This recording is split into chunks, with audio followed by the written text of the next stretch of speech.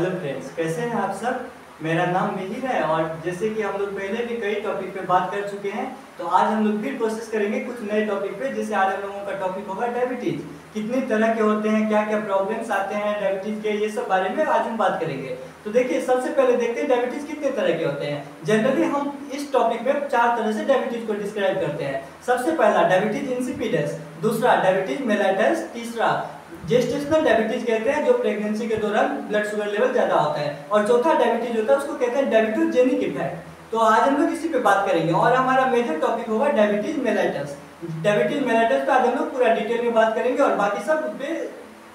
तो चलिए सबसे पहले देखते हैं डायबिटीज इंसिपिडस क्या होता है। डायबिटीज इंसिपिडस एक ऐसा कंडीशन है जिसमें हमारे बॉडी का हाइपोथैलेमस, जो मास्टर ग्लैंड कहा जाता है, तो हाइपोथैलेमस एक हार्मोन रिलीज करता है जिसको भासोप्रेसिन हार्मोन बोलते हैं। तो ये भासोप्रेसिन हार्मोन की कमी से बॉडी में क्या होता है कि बहुत प्यास लगेगी और वाटर का रीअब्जॉर्प्शन किडनी के ट्यूब्यूल्स में नहीं होगा, जिस कारण क्या होता है कि जितना प्यास बहुत लगेगी, ज्यादा से ज्यादा पानी पियो और वो पानी बाहर आएगा, वो पानी बाहर आ जाएगा यूरिन के फॉर्म में, और फिर आपको प्यास लगेगी। मतलब 12 से 13 लीटर 14 लीटर आप रेगुलर पानी पियोगे। जरूरी नहीं है गर्मी में ही, ठंड में भी उतना ही पानी पियोगे और बार बार आपको पेशाब लगेगी और सारा पानी बाहर निकल जाएगा, तो आपके बॉडी में पानी नहीं रहने वाला। इस कंडीशन को कहते हैं डायबिटीज इंसिपिडस। ये बहुत रेयर होता है। इसके अलावा फिर हम लोग देखते हैं कि डायबिटीज मेलाइटस।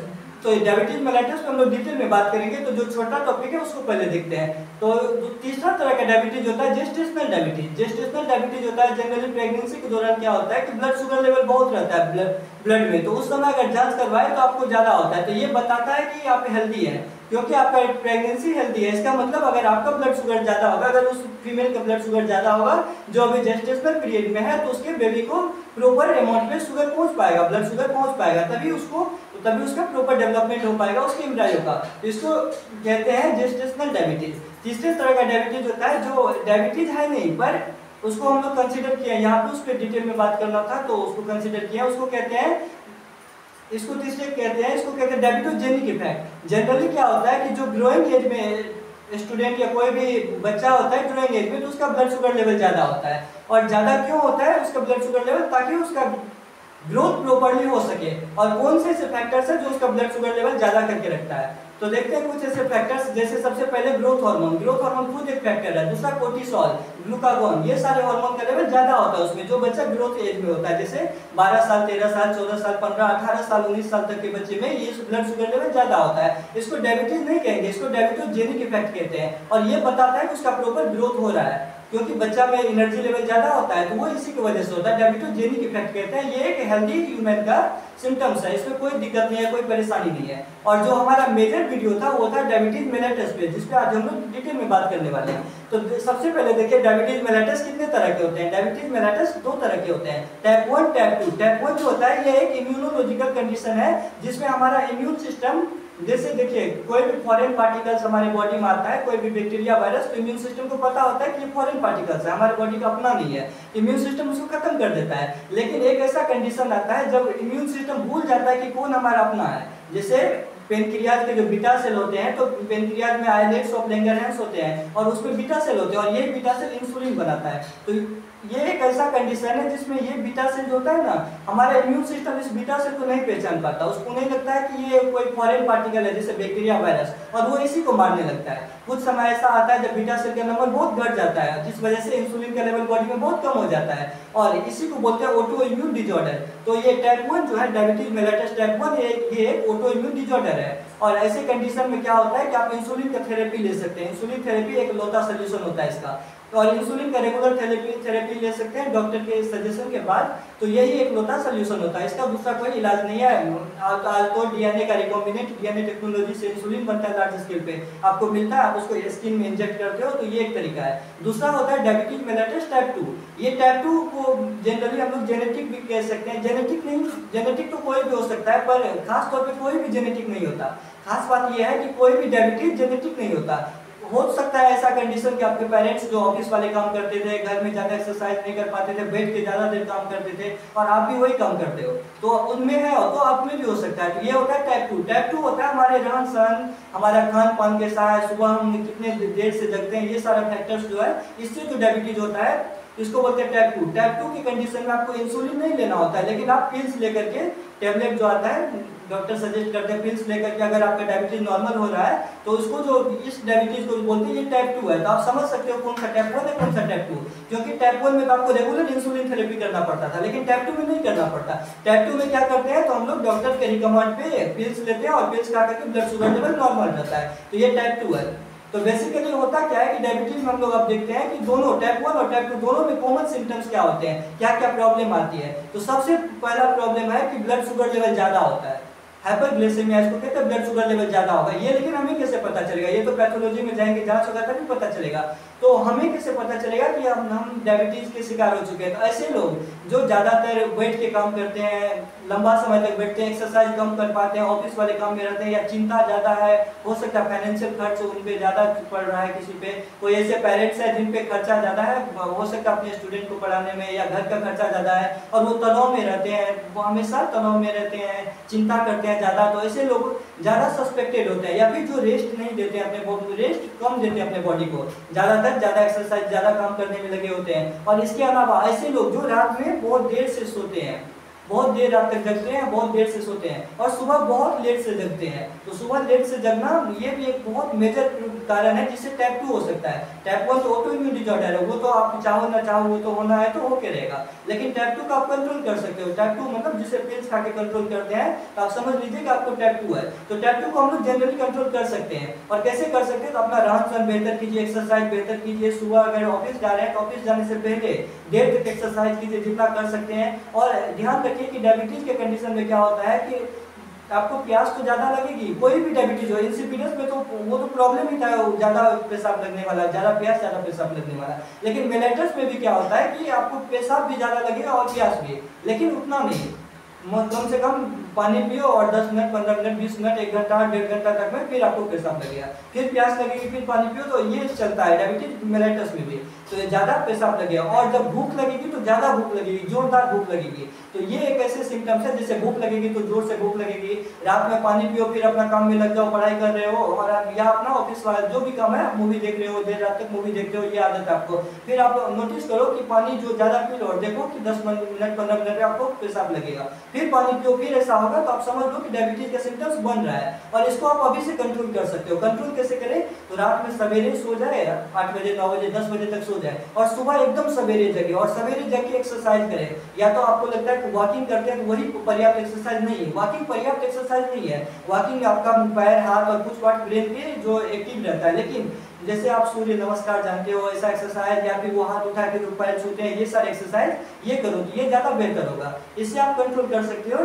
टाइप 1 को तो कुछ हद तक कंट्रोल कर सकते हो क्योंकि उसका एक ही इलाज है इंसुलिन थेरेपी, और टाइप 2 को ज्यादातर इससे कंट्रोल किया जाता है बिना पिल्स का। अगर आप अभी तक पिल्स नहीं खाते हैं तो आप नॉर्मल हैं और आप इस तरह कंट्रोल कर सकते हैं, एक्सरसाइज करके, सुबह सवेरे जगना है और ये सारा करके। इसके अलावा क्या क्या और सिम्टम्स होते हैं, तो कीटोन बॉडीज बनते हैं। और सबसे पहले देखिए डायबिटीज जो है, डायबिटीज मेलाइटस, इसको डिस्कवर कौन किए थे, आप चरक को जानते होंगे। 400 BC जब मतलब शताब्दी शुरू हुआ था, हम लोग एक दो गिनना शुरू हुए थे, उससे 400 साल पहले चरक बता चुके थे कि ये कार्बोहाइड्रेट और फैट का इम्प्रॉपर ब्रेकडाउन की वजह से जो होता है, इसी को कहते हैं डायबिटीज, और इसमें ब्लड शुगर लेवल ज्यादा होता है। उस समय चरक बता चुके थे ये चीज। तो यही होता है कि इम्प्रॉपर ब्रेकडाउन होता है और इसमें फैट का भी इम्प्रॉपर ब्रेकडाउन होता है, और जिस कारण क्या होता है कि हमारे बॉडी में कीटोन बॉडीज बनते हैं, क्योंकि फैट प्रॉपर टूट करके एनर्जी बनाना होता है फैट को, लेकिन क्या होता है कि इम्प्रॉपर ब्रेकडाउन होता है फैट का और कीटोन बॉडीज बनते हैं। कीटोन बॉडीज क्या क्या हो सकते हैं, तो कुछ कॉमन कीटोन बॉडीज जैसे एसीटोन हो सकता है, एसीटोन के अलावा एसिटिक एसिड हो सकता है, या बीटा हाइड्रोक्सी ब्यूट्रिक एसिड, ये सारे कीटोन बॉडीज होता है, जैसे acetone acetic acid beta hydroxy butyric acid. लेकिन ये आपको पता नहीं चलेगा, ये जब पैथोलॉजी में जाओ, ब्लड शुगर लेवल चेक कराओ, तो वहां पे पैथोलॉजिस्ट मेंशन करता है और डॉक्टर ये देख के बताएंगे कि आपको डायबिटीज का सिम्टम्स है। तो मेजर सिम्टम्स मतलब कंफर्म कैसे होंगे कि हमें डायबिटीज है, तो ये पैथोलॉजी वाले कंफर्म करते हैं। तो पैथोलॉजी वाले ये कंफर्म करते हैं कि डायबिटीज में ये सारे प्रॉब्लम आते हैं। इसके अलावा देखिए कि ये भूख जब लगेगी तो जोरदार भूख लगेगी, ये कंडीशन बनता है इसका। और इसके बाद क्या होता है कि डायबिटीज में, और ये लेक्चर हम इसीलिए ले रहे हैं या आपको बता रहे हैं कि हम चाहते हैं आपको कुछ ऐसा बताएं जो आपको टाइप 2 अगर डायबिटीज है, अगर आप पिल्स खा के आपका डायबिटीज कंट्रोल हो रहा है तो उसको आप हमेशा के लिए खत्म कर सकते हैं। और कैसे कर सकते हैं, तो एक प्लांट के बारे में हम बताते हैं आपको जिसको बोलते हैं कॉस्टस इग्नियस। कॉस्टस इग्नियस, नाम सुन के थोड़ा अजीब लगेगा, कॉस्टस इग्नियस। आप इसको ऐसे याद रखो, इंसुलिन प्लांट। इसका गूगल पे देखो, लाखों फोटोज अपलोड है, तो आप वहां से देख सकते हो। और गांव में तो ये खूब होता है। गांव में लोग, पहले एक परंपरा था जहाँ एक त्योहार होता था जब गांव के लोग बैठ करके और इसका तरुआ पापड़ बना करके खाते थे, इस प्लांट का लीफ का। और यही प्लांट है, इसको बोलते हैं इंसुलिन प्लांट। आप इसको गूगल पे देख लो, आप जानते हो, अलग अलग जगह पे अलग अलग नाम से भी जानते हैं। कॉमन नेम इसका है इंसुलिन प्लांट, और इसका एक साइंटिफिक नेम है कॉस्टस इग्नियस। तो इस प्लांट का एक लीफ, एक पत्ता को तोड़ना है और उसी पत्ता को आपको शरबत बना के पी सकते हैं। मिक्सर में लेकर के थोड़ा पानी दे करके उसको शरबत बनाइए और फिर फिल्टर कर लीजिए, फिल्टर करके पी सकते हैं। और दूसरा क्या कर सकते हैं कि आप चाय अगर पीने का आदत है तो चाय की तरह उसमें बना सकते हैं। चाय वाले में पत्ता को तोड़ करके या काट करके आप उसमें दे दो, सस्पिन में दे करके बॉयल करिए और पानी में बॉयल करिए। और जब बॉयल हो जाएगा 10 से 12 मिनट बॉयल करना है, या उससे कम भी। अगर कम टेम्परेचर पे करें तो 10 से 12 मिनट, और ज़्यादा टेम्परेचर पे करें तो 6-7 मिनट बॉयल कीजिए और फिर उसको फिल्टर करके पी जाइए। तो खास बात यह है कि इसमें इंसुलिन नहीं होता, ना ही ये बॉडी में इंसुलिन बना सकता है। तो ये काम कैसे करता है? तो इसमें एक एसिड होता है, कोरोसोलिक एसिड उसको बोलते हैं। तो ये कोरोसोलिक एसिड क्या करता है कि हमारे बॉडी में जो रेसिप्टर्स होते हैं, रेसिप्टर्स मतलब कुछ ऐसे सेल जैसे लीवर के सेल्स होते हैं, मसल के सेल होते हैं, जहाँ रेसिप्टर होता है और उसी रेसिप्टर पे इंसुलिन काम करता है। तो ये क्या करता है, तो उस रेसिप्टर का सेंसिटिविटी बढ़ा देता है। ये कोरोसोलिक एसिड रेसिप्टर का सेंसिटिविटी बढ़ा देता है। तो इससे क्या होता है, इससे होना यह है कि जैसे ही सेंसिटिविटी बढ़ा तो रेसिप्टर्स क्या करेगा कि इंसुलिन बॉडी में कम भी बन रहा है, इसके बाद भी रेसिप्टर्स एक्टिवेट हो जाएगा। जितना ज्यादा इंसुलिन एक्टिवेट कर सकता था उतना एक्टिवेट ये कम इंसुलिन भी कर सकता है, कब? जब उसका सेंसिटिविटी बढ़ जाएगा। और यही कोरोसोलिक एसिड जो इंसुलिन प्लांट में होता है, तो इंसुलिन प्लांट का लीफ का आप अगर सेवन करेंगे तो आपके बॉडी में कोरोसोलिक एसिड आएगा। और यही कोरोसोलिक एसिड की वजह से आपका क्या होगा कि इंसुलिन का रेसिप्टिविटी बढ़ जाएगा। सेंसिटिविटी बढ़ेगा तो रेसिप्टिविटी बढ़ेगा, और कम इंसुलिन होने के बाद भी आपके बॉडी में ब्लड शुगर लेवल मेंटेन रहेगा। लेकिन आप इसे लेने से पहले अपने डॉक्टर से पूछ लें, जैसे क्योंकि ये ऑर्गेनिक है, जैसे कोई भी साइड इफेक्ट नहीं है। साइड इफेक्ट के नाम पे इतना प्रॉब्लम आ सकती है कि हो सकता है सिर दुखे कुछ देर, ये प्रॉब्लम आ सकता है। कुछ देर नहीं, बहुत हल्का सिर दुखे, हल्का सा चक्कर है, वो भी बहुत रेयर है, बहुत कम लोगों में से आता है। और जनरली इससे कोई साइड इफेक्ट इसका नहीं है, और ना ही इसमें कोई टेस्ट होता है, गलत टेस्ट होता है, या पीने में ऐसा लगे तीखा लगे, तीता लगे, ऐसा कुछ भी नहीं होता। नॉर्मल वाटर की तरह होता है, तो आप इसको पी सकते हैं। और आप एक काम करिएगा, अगर आप पैथोलॉजी में रहते हैं या आसपास कोई पैथोलॉजी है तो आप चेक भी करा सकते हैं। आप नॉर्मली अपना ब्लड शुगर लेवल चेक कीजिए बिना दवाई लिए, तो ज़्यादा होगा, शायद खाना खाने के बाद ज़्यादा होगा। और इसके बाद क्या कीजिए, तो आप पैथोलॉजी में जाइए और जांच कराइए, तब देखिए ब्लड शुगर लेवल कितना है। तो ये दोनों करके आप देखिएगा तो आपको ये पता चलेगा कि कम से कम आपको ब्लड शुगर लेवल भले ही 200 से ऊपर भी था तो भी ये नॉर्मल कर देगा। और तुरंत ही नहीं, इसको रेगुलर लेना है। और ऑर्गेनिक सोल्यूशन है, मतलब प्लांट का लीफ है, तो इससे कोई नुकसान भी नहीं होने वाला। तो ये आप कर सकते हैं। तो इसके बाद हम लोग एक डायबिटीज और देखे थे कि जेस्टेशनल डायबिटीज, वो उस पर हम लोग बात किए, इंसिपिडस पे बात किया। अभी तो मेलाइटस पे पूरा बात चल ही रहा था। टाइप 1 देखिए जो ऑटो इम्यून डिसऑर्डर था, और ऑटो इम्यून डिसऑर्डर मतलब इम्यून सिस्टम खुद ही बीटा सेल को मार रहा था, जो इंसुलिन बना रहा था। तो इस वजह से इंसुलिन बॉडी में कम होता है, तो इसका एक ही इलाज है इंसुलिन थेरेपी। और दूसरा हम देखें टाइप 2 हमारे हैबिट पे डिपेंड करता है। हैबिट बोले तो हमारा रहन सहन इस सब पे डिपेंड करता है, खान पान पे डिपेंड करता है। जैसे मीट ज़्यादा खाते हो तो ये सब, या बॉडी में कोलेस्ट्रॉल ज़्यादा बन रहा है, आप खाना कम भी खाओ लेकिन मोटापा ज़्यादा हो रहा है, तो डायबिटीज का जो उस समय सिम्टम्स बनते हैं वो सब होता है टाइप 2। तो टाइप 2 को आप ये प्लांट लेके, इंसुलिन प्लांट का लीफ का थेरेपी करके आप ठीक कर सकते हो, और ये काम तो खुद भी कर सकते हो। तो मैंने तो बता दिया कि इंसुलिन का इस प्लांट का लीफ को कैसे यूज करना है। और फाइनली आज हम लोग इतना ही रखेंगे, और आगे जब हम लोग बात करेंगे तो हम लोग बात करेंगे एड्स पे, बात करेंगे फिर कैंसर पे, ये सारे और भी बहुत सारे टॉपिक जो मुझे लगता है कि बताना चाहिए, तो उस सब पे हम लोग बात करेंगे। तो ठीक है, इस वीडियो में इतना ही। जय राम जी की।